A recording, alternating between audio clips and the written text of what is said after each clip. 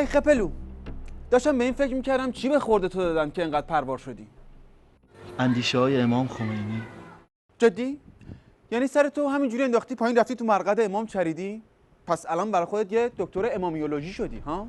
این که خیلی ساده است. راستش منم اولش فکر میکردم خیلی ساده باشه، ولی هرچی بیشتر مطالعه کردم دیدم واقعا چیزی در مورد امام نمیدونم. تو فکرم میکنی؟ عجب. تیپت نمیخوره. ببین طالبی، آخه آدم با مطالعه کردن که نمیتونه به اندیشه های امام پی ببره. برای غرق شدن در اندیشه های امام باید یه مدت در عمق چاه و سطح فاضلاب غلط بخوری. با استاد راهنمام صحبت کردم، گفت نگاهت رو یه مقدار سطحی تر کن و اندیشه های امام رو از نگاه مردم عادی و عامیانه کوچه و خیابون نگاه کن. احسنت. من هم برای رسیدن به اندیشه های امام یه بار به مردم کوچه و خیابون مراجعه کردم. علاوه بر این که اطلاعاتی راجع به اندیشه ها و وضعیت جسمی امام پیدا کردم، یه شناخت جدیدی از خانواده و 7 جد و آباد امام پیدا کردم. دیگه بقیه‌اش هم جلوی دوربین نمیشه گفت. خب استاد دیگه چی گفت؟ به من میگفت اگر بخوای اینجوری رو نظرات امام مانور بدی، فکر کنم پایان نامت تا دکترا هم نتونی تمام کنی. با این وضعیتی که من از تو میبینم، رو اندیشه های امام که هیچی. اگه رو خود امام هم مانور بدی، دکتر بشو نیستی. البته شاید دامپزشک بشی. بیا بریم چند تا فیلم بهت نشون بدم تا جنبه‌های جدیدی از شخصیت امام آشنا بشی.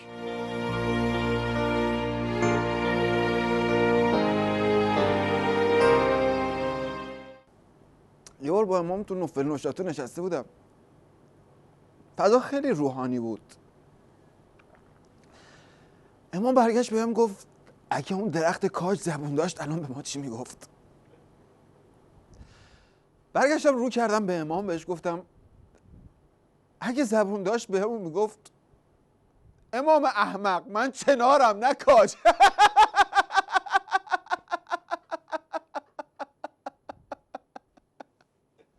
امام احمق من چنارم نه کاج.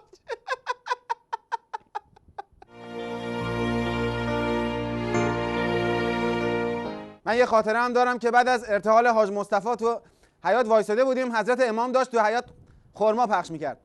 حاج احمد آقا از بس ناراحت بود چنگ زد که خرما برداره 20 تا 30 تا برداره برای خودش بخوره. امام دست زد گفت بزمجه یه نفر مرده اتوبوس که چپ نکرده.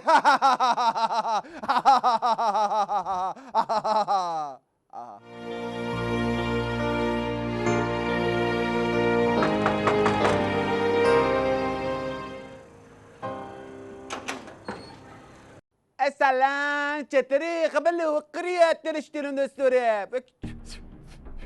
خب چه غلطی کردی؟ خلاصه فیلم درام السکره امامو تموم کردی یا نکردی؟ نه بابا اون تمومی نداره که، هنوز 8-9 تا از اون فیلم ها مونده. اما خوبی اون فیلم ها اینه که داخلش از همه اقشار مردم مصاحبه هست. تو هم بابا خفمون کردی. ما این حرفای کلیشه‌ای بابا، کدوم اقشار مردم؟ تو هم به اون قیافه گلابی هنوز نفهمیدی که همه اونا خودم بودم. حالا خوب شد ما یه کاری برات کردیم. شما که خیلی گلی. دستو بنداز مت که تلمبه. حرف آخر تو بزن ببینم چی میخوای بگی. میخوام یه وقت بگیری با بابات صحبت کنم. چی؟ با بابام؟ ببین بابام آدم دیوونه یا بعد چرا حالا با بابای من که کاری نکرده که. پدر تو هم زمان انقلاب و جنگ رو دیده. میخوام از زمان خودش بشنوم خیلی از حقایق. بیا میل خودته دیگه، هر چی دیدی از چش خودت دیدی. مزاحم نیستم. نه خیر، مراهم تشریف دارید. خواهش میکنم خونه خودتونه، بیاین تو تا سرد نشده. بیا برات گم شه خلخلی. بابا چادرتو بنداز سرت، یه نفر اومد. بریم.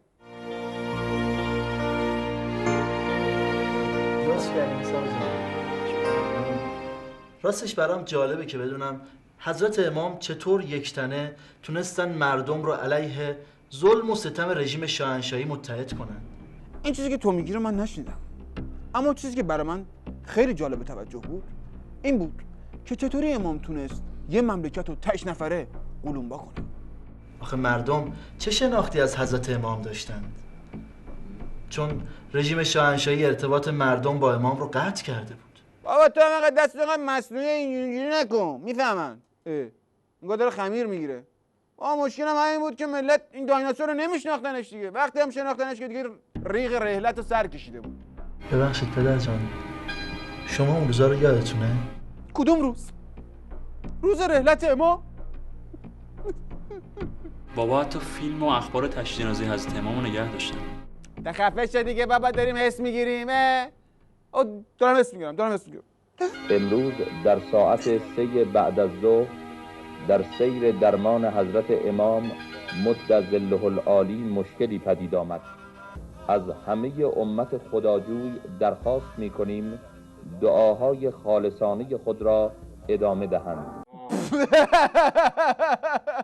آقا این سلام خوب بازی همش فکر میکنم خنده. بابا تو هم موضوع برای پایان نامت گیر آوردی. برو تو هم خفه شدی.